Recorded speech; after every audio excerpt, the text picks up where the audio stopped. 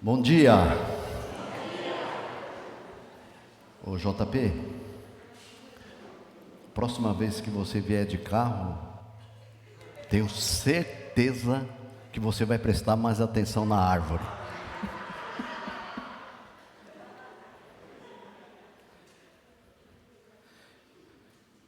Graça e paz, irmãos. Uma pergunta: como você está?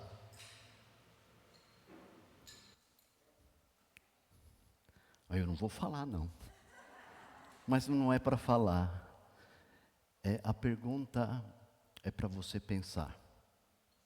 Como você está? Você tem se sentido cansado? Quem está sentindo cansado? Olha só, maravilha, hein? Tá tudo zero bala aí, todo mundo. Muito jóia. Então hoje a mensagem 10h28 vai até às 11h28. Muito bem. Está sentindo sobrecarregado? Talvez por vários motivos. Alguma enfermidade que você está enfrentando, ou alguém na família próxima a você que está passando por essa situação? Será que alguma luta dentro de casa, com seu cônjuge, com seus filhos, quem sabe sogro, sogra, mãe, pai? Está desanimado na fé? Eu pensei que antes de a gente compartilhar com os irmãos a mensagem de hoje, a gente pudesse orar. Talvez você não se enquadre em nenhum dessa descrição que foi feita agora, mas quem sabe você está sentindo alguma coisa que precisa mais de Deus. Talvez você está sentindo um mover de Deus, um mover do Espírito Santo na tua vida. Talvez esteja sentindo assim. Eu gostaria de orar. E para orar, gostaria de perguntar se você gostaria também nesta manhã de receber uma oração. E também, assim, fica bem à vontade. Não precisa dizer, olha, eu quero receber oração porque minha sogra está morando lá comigo, não tem quem aguenta aqui. Não precisa falar essas coisas, né? Mas, se você tiver liberdade, tudo bem. Mas eu quero que alguém ore por mim. Alguém gostaria? Só levanta a sua mão, que a gente gostaria de... Amém. Amém. A gente não sabe o motivo, mas o Espírito Santo sabe. Eu creio que Ele quer ministrar no teu coração, nesta manhã. Alguém mais? Ok.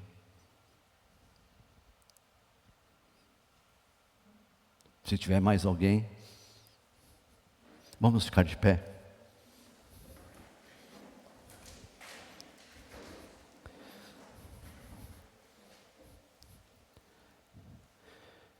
Eu vi essas duas mãos levantadas e eu quero orar por vocês.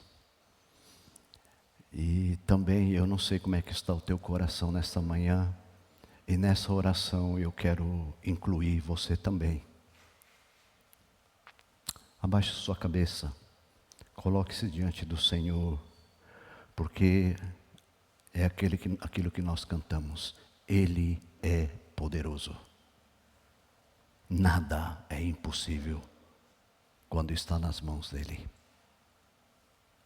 Senhor Jesus, nesta manhã, nós queremos invocar Tua presença no nosso meio. Ó Deus, o mover do Teu Espírito Santo se faça presente em cada coração agora, Senhor. se está sentindo cansado, sobrecarregado, às vezes desanimado, sem muita esperança, às vezes enfrentando alguma enfermidade. Oh Deus da cura, vem e ministra, Senhor, sobre qualquer enfermidade.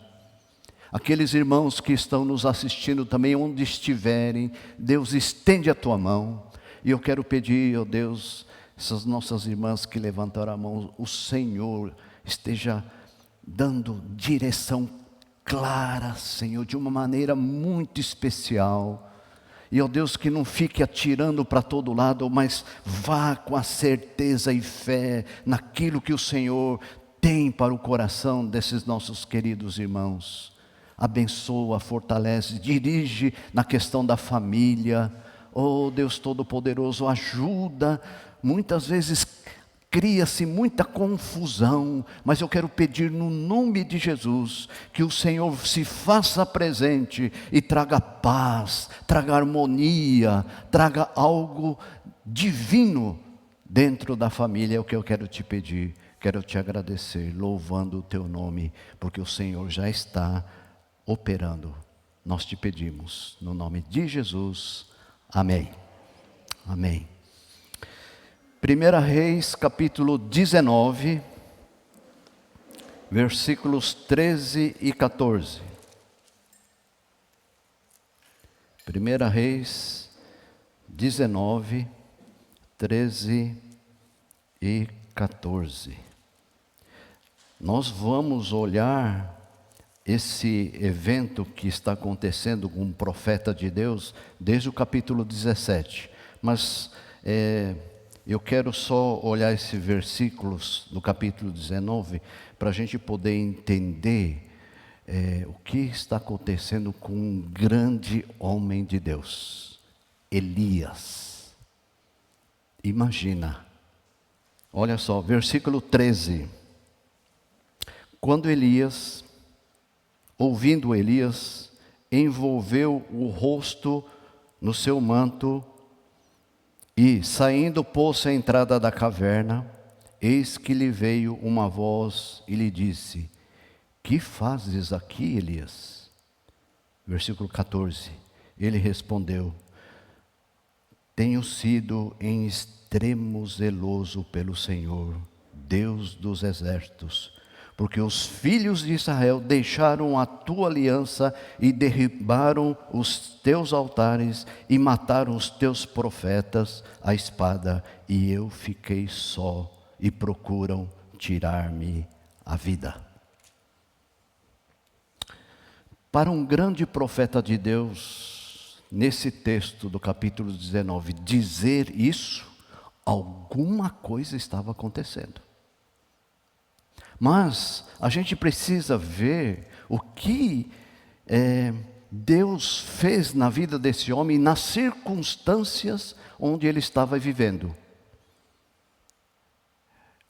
Quando a gente olha o capítulo 19, nós percebemos a fragilidade de uma pessoa, até um grande profeta como Elias.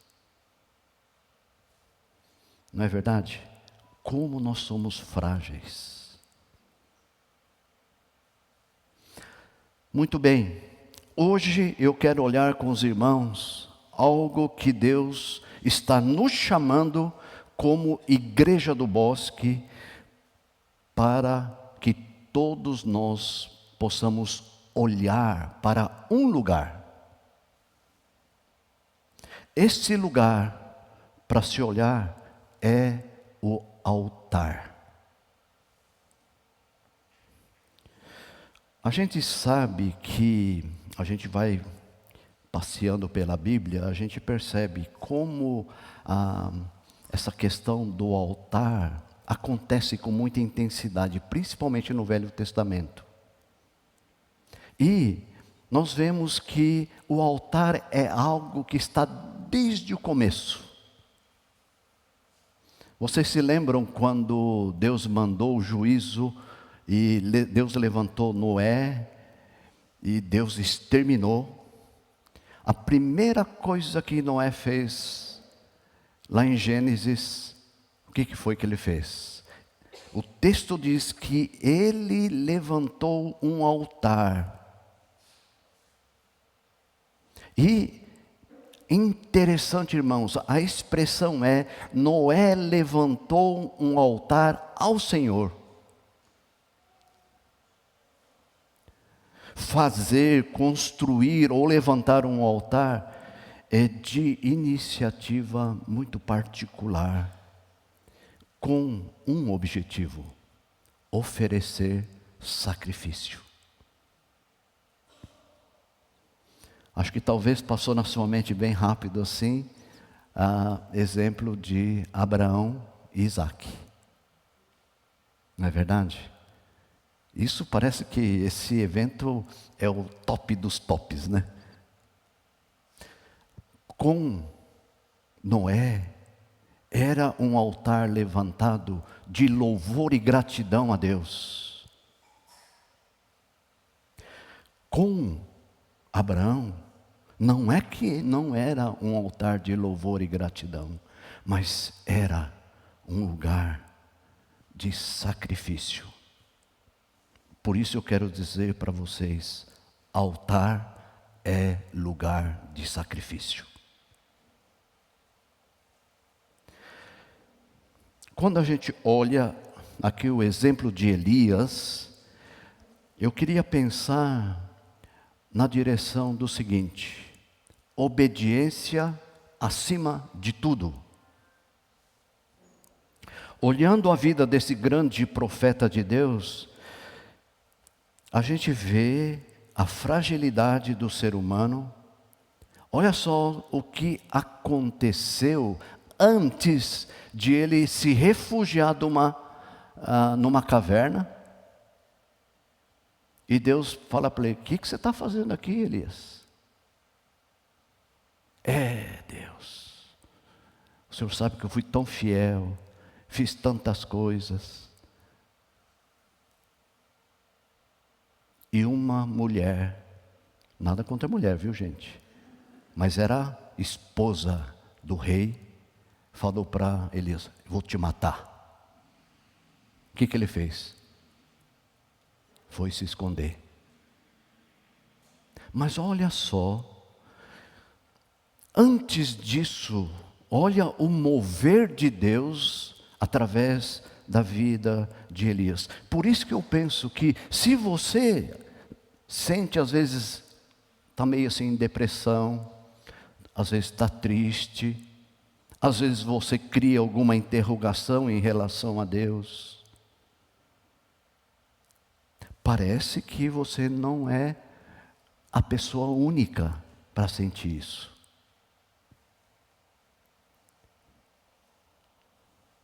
Olha só o que está acontecendo. Lá no capítulo 17 de 1 Reis, nós vemos aqui a narrativa de coisas extraordinárias acontecendo na vida de um homem frágil, do profeta Elias. Este homem, ele presenciou algo incomum. Por que ele presenciou?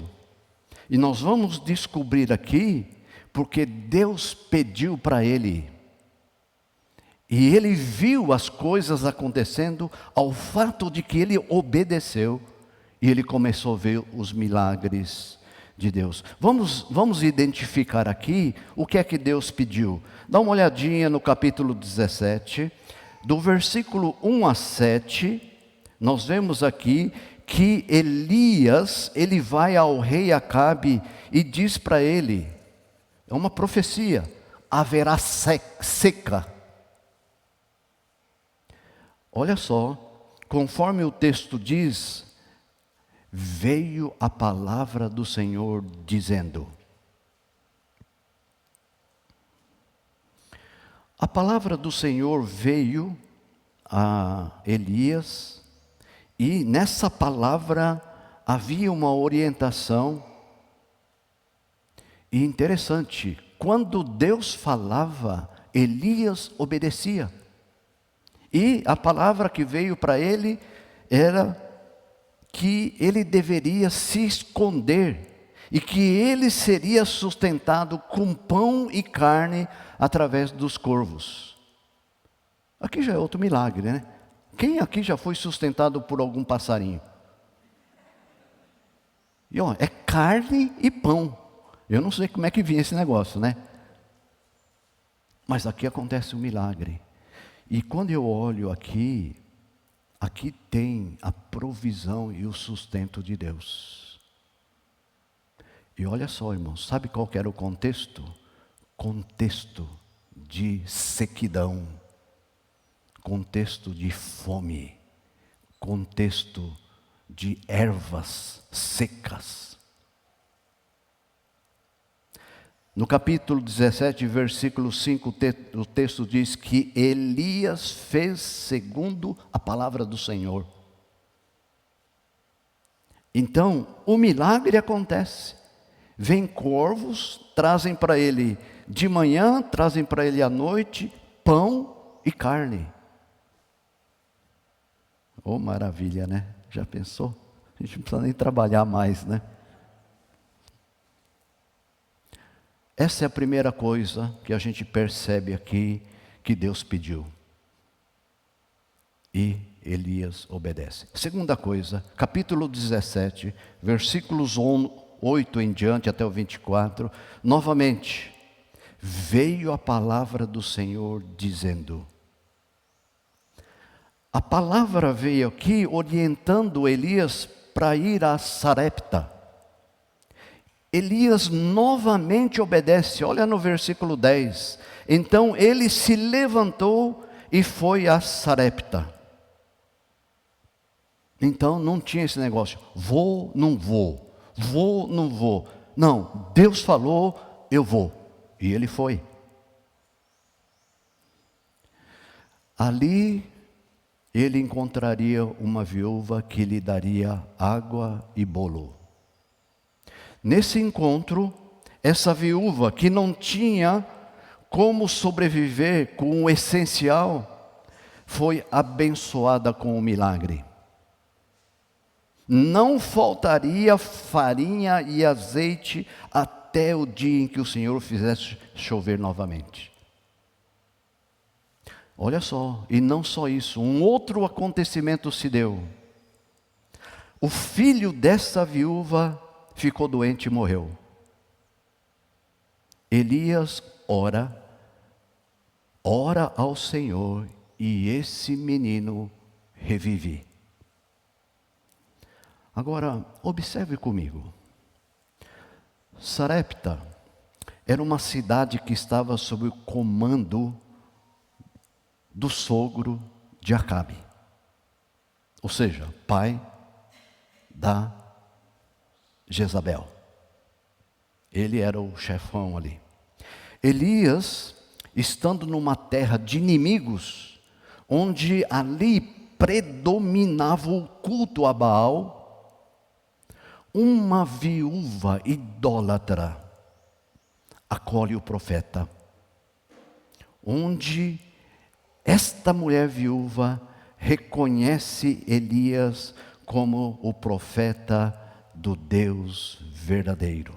Olha o versículo 18, que diz: então disse ela a Elias: que fiz eu, ó homem de Deus? Nesse ambiente de idolatria, ela olha para Elias e reconhece: homem de Deus. Que coisa extraordinária. Parece que quando o profeta chegou aqui na casa dessa viúva, parece que os problemas aumentaram conforme o que ela diz aqui na segunda parte do versículo 18. Olha só o que diz: vieste a mim para trazeres à memória a minha iniquidade e matares o meu filho? Porque se Elias não tivesse chegado ali, talvez não ia acontecer tudo isso.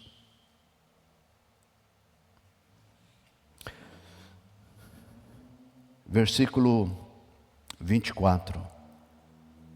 Após esse filho dessa viúva ser ressuscitado, olha só as palavras desta mulher. Agora sei que tu és homem de Deus, e que a palavra do Senhor na tua boca é verdade.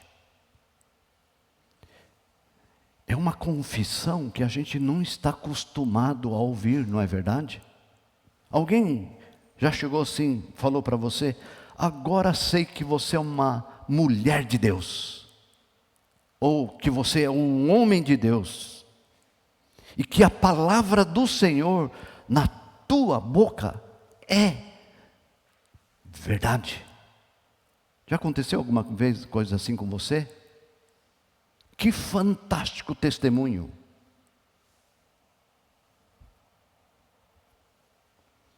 Numa terra que estava impregnada de idolatria, Deus usa Elias, o qual ele sabia quem era o seu Deus. Elias sabia a quem ele estava servindo, não tinha dúvida. Agora, você sabe quem é o Deus a quem você serve?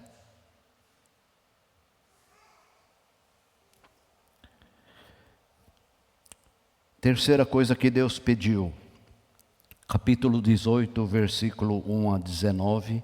Desculpa, irmão, nós estamos passeando aqui em cima, então eu quero deixar aí uma tarefinha para você. Leia, é muito joia o que acontece aqui.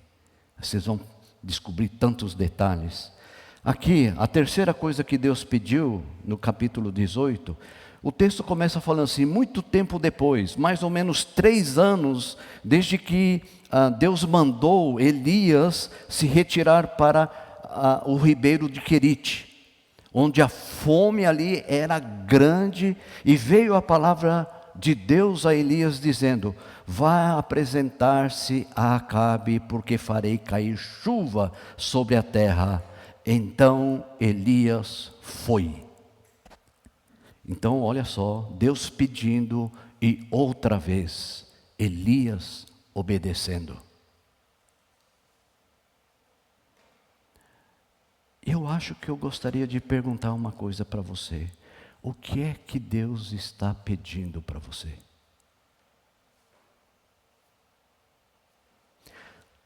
Elias foi, reencontra com o rei Acabe, e nesse reencontro, o que o rei disse para Elias? Você é um perturbador de Israel. Você só perturba. Você já ficou perto de alguém que tem essa característica? Perturba. A gente fica perturbado. E essa foi a palavra, não foi de qualquer um, foi do rei. Mas Elias falou: não sou perturbador. Qual foi a resposta? Dá uma lida, muito legal. Veja a ousadia, veja a firmeza, veja a convicção deste homem de Deus, conforme os versículos 18 e 19. Vamos dar uma olhadinha aqui.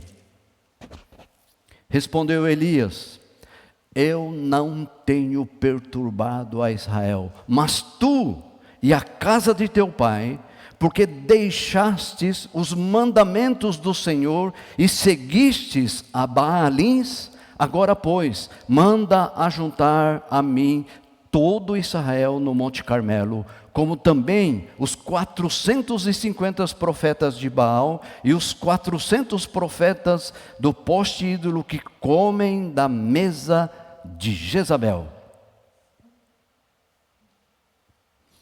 Todos esses profetas idólatras estavam alinhados à esposa de Acabe, Jezabel, e aqui evidencia de maneira clara em que condição espiritual estava o povo de Israel, o povo de Deus. Este homem frágil, mas obediente, leva a atender o quarto pedido. capítulo 18, versículo 20 a 40, se dá esse acontecimento. Nós acabamos de ler que Elias falou para Acabe: traz aí todos os seus profetas. Era 450, de qual que era? E mais 400 dos postes ídolos. Então na nossa conta vai dar 850 profetas. E lá na frente, não foi Elias que falou para Deus: eu fiquei só. Mas na hora que entra na caverna, esse é o perigo, de ficar olhando só para si. Porque ele não estava só. E quando qualquer pessoa que está com Deus, não está só, muito pelo contrário. Agora, nesse enfrentamento desses 850 profetas idólatras contra um só, Elias, se a gente for ver o que se deu ali naquele monte, desculpe, é algo extraordinário. Diz o texto que ajuntou todo Israel e os profetas de Baal e Aserá no monte Carmelo, e o desafio foi, olha só no versículo 21, o que Elias diz, falando para o povo de Israel: até quando titubeareis, cocheareis pulando de um lado para o outro, ficar aí nessa oscilação de um lado para outro, entre dois pensamentos? Os profetas de Baal montaram o altar, colocaram um novilho, invocaram o nome de Baal. Ah, Baal, responde-nos.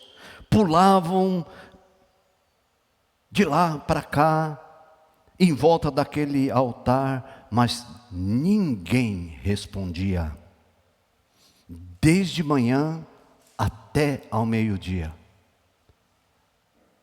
Se começou às 8, 4 horas. Se começou às 6, 6 horas pulando.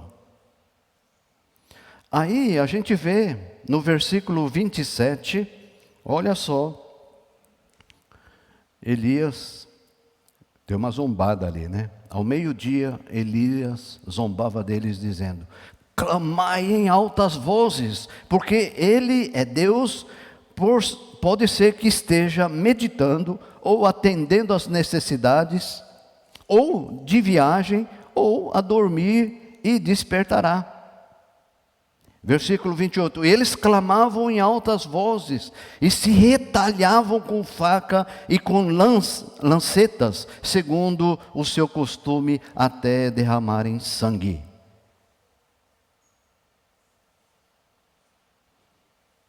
Versículo 29, passado o meio-dia, profetizaram eles, até que a oferta de manjares se oferecesse, porém não houve voz, nem resposta, nem atenção alguma. Então era isso, 850 profetas ali, todo o povo de Israel vendo aquilo.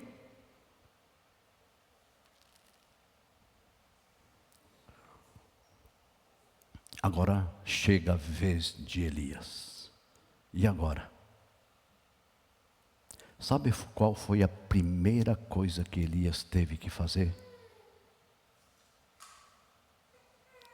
Se a gente for ver o texto, olha só no versículo 30. Então Elias disse a todo o povo: chegai-vos a mim. E todo o povo se chegou a ele. Elias restaurou o altar do Senhor que estava em ruínas. A primeira coisa que Elias teve que fazer foi restaurar o altar do Senhor, porque estava em ruínas. E eu quero gastar um pouquinho de tempo nessa situação.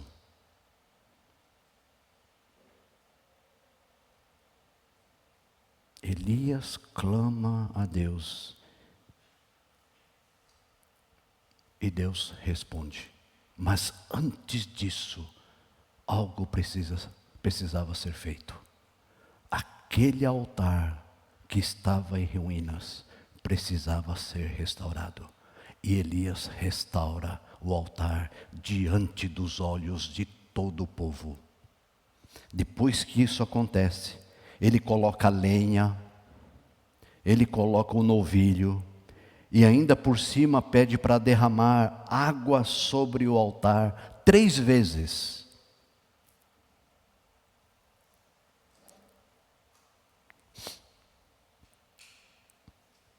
Elias ora a Deus.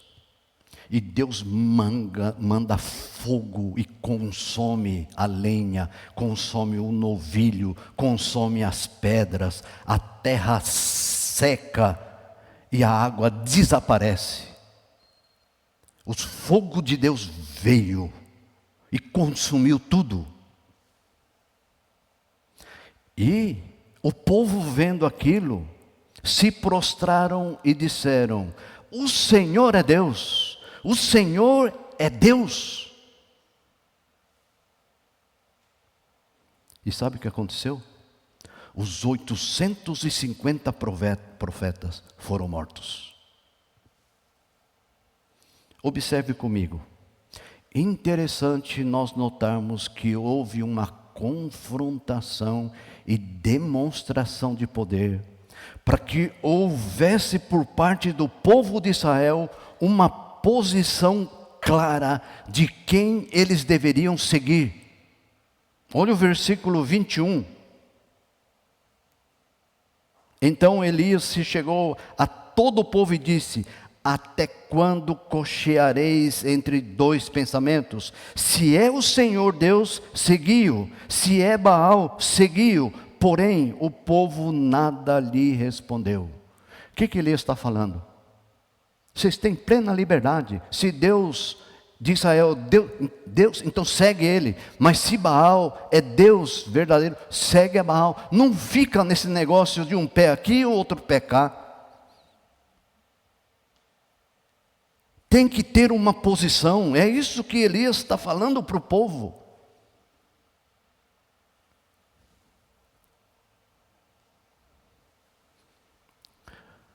Os profetas de Baal, por mais esforço e sacrifício que fizeram, nada, mas nada conseguiram. Irmãos, os israelitas tinham conhecimento, sabendo das atuações, dos milagres de Deus na história. Interessante nós observarmos, passa-se as gerações, mas nós não temos a garantia da perpetuação da fé dos antigos. Não é porque você crê no Senhor Jesus que o seu neto vai crer. Não temos 100% de garantia. Isso me faz meditar que a fé em Cristo além da fé em Cristo e em sua palavra, que é individual, não é porque os seus avós são cristãos que necessariamente eu sou. Agora, quando isso acontece, irmãos, isso é uma grande bênção.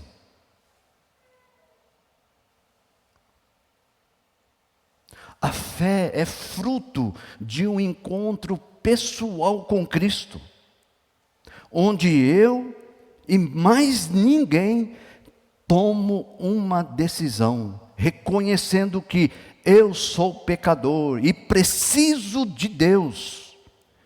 E num ato de fé, eu recebo a Cristo e o sacrifício que Ele fez por mim como meu Senhor, como meu Salvador. Precisa haver um encontro pessoal, uma experiência única com Jesus Cristo. A experiência do outro não vai servir para você. Foi isso que o povo experimentou no versículo 39, que diz assim: o que vendo todo o povo caiu de rosto em terra e disse: o Senhor é Deus, o Senhor é Deus.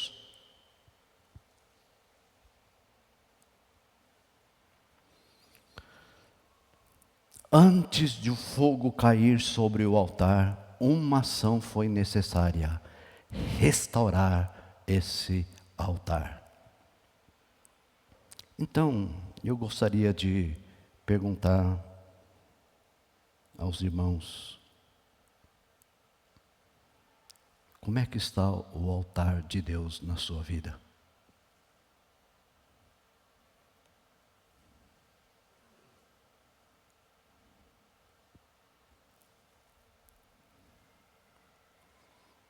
O altar estava em ruínas. Essa era a fotografia da situação espiritual do povo de Deus. Quando o altar de Deus em nossas vidas está derrubado, está em escombros, certamente, irmãos, certamente, outro altar vai ser levantado em nossas vidas. É nesse altar que nós vamos fazer, é nesse altar que nós vamos apresentar os nossos sacrifícios. E quando isso acontece, Deus é destronado da nossa vida. E tudo aquilo que se torna primeiro lugar, e tudo aquilo que toma primazia na nossa vida, aí está. Isso se torna o nosso Deus. Por isso que o primeiro mandamento é: não farás imagem de escultura, e nem a essas imagens deverão adorar.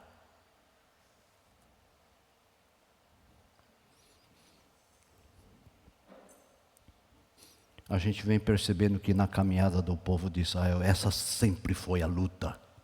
Lê o Velho Testamento. Essa sempre foi a luta. Nos dias de hoje não é diferente. Muitos estão dizendo que a vida é uma droga. Perdeu isso, perdeu aquilo.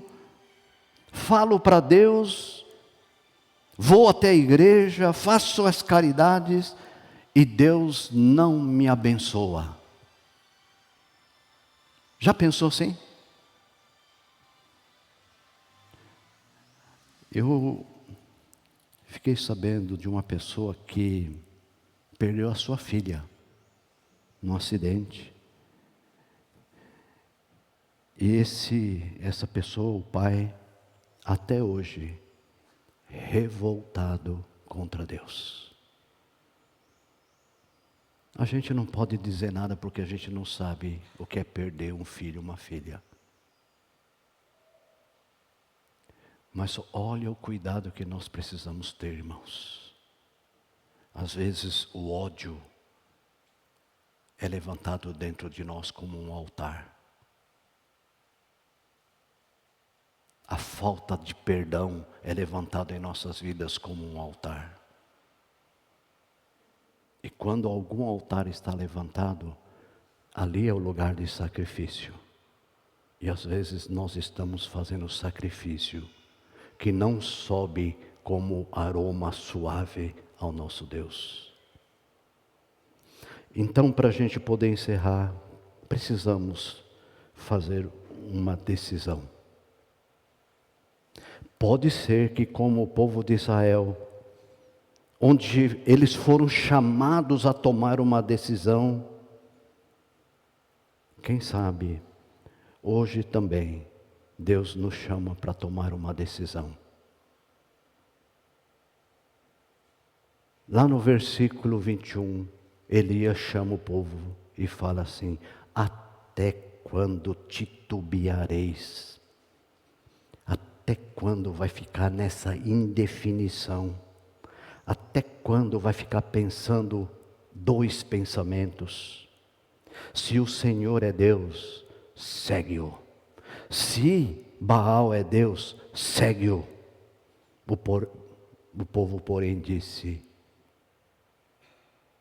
Nesse caso, nessa pergunta, na verdade, o povo não disse nada.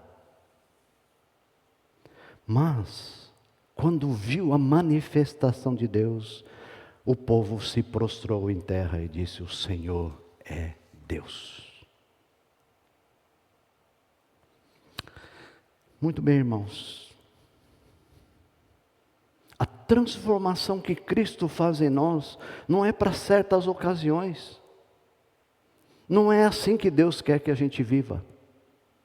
Então, hoje, o desafio é: você gostaria de dizer, como povo de Deus, o Senhor é Deus? Vamos apertar um pouquinho mais. O Senhor é meu Deus. Não é assim, o Senhor é Deus dele, dela. Também, mas a gente confessar, o Senhor é meu Deus. Dá? Vamos ficar de pé. Vamos orar.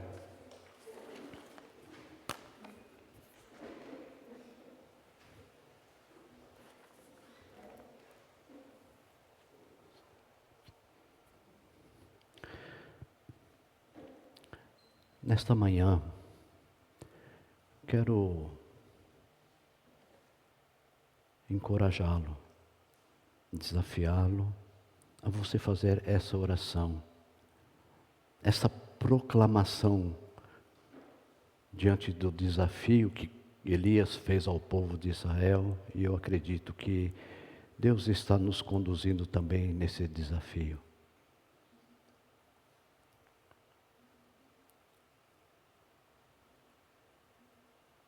Vamos parar de ficar nessa titubeação. É ou não é? Se Deus é Deus, então segue Ele. Se Baal é Deus, então segue Baal. Mas não fica em cima do muro. E quando Deus se manifestou, o povo, a expressão, o Senhor é Deus.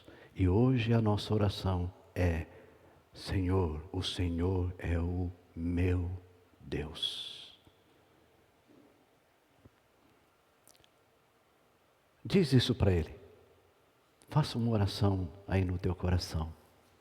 Diz a Ele: Senhor, Tu és meu Deus.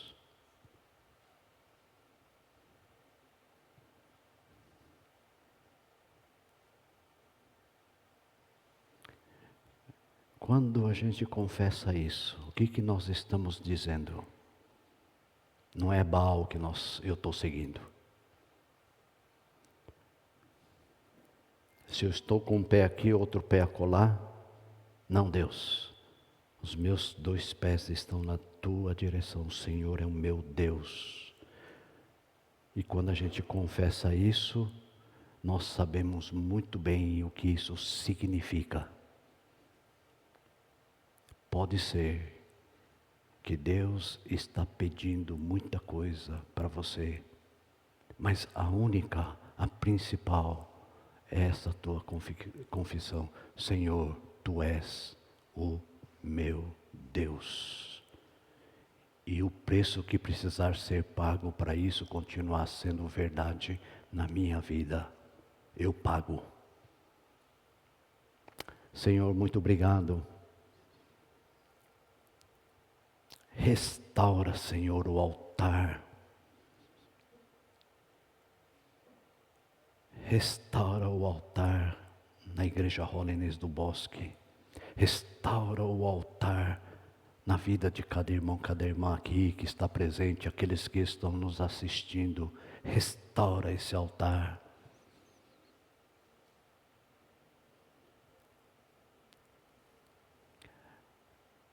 E nós queremos também nesta manhã confessar ao Senhor, como igreja, o Senhor é o nosso Deus. O Senhor é o Deus da minha família. O Senhor é o meu Deus. Louvado seja o Teu nome. porque para isso ser verdade, ouve, Senhor, da tua parte, o envio de Cristo Jesus que morreu por nossos pecados. Louvado seja o teu nome. Oramos com gratidão. No nome de Jesus. Amém. Amém.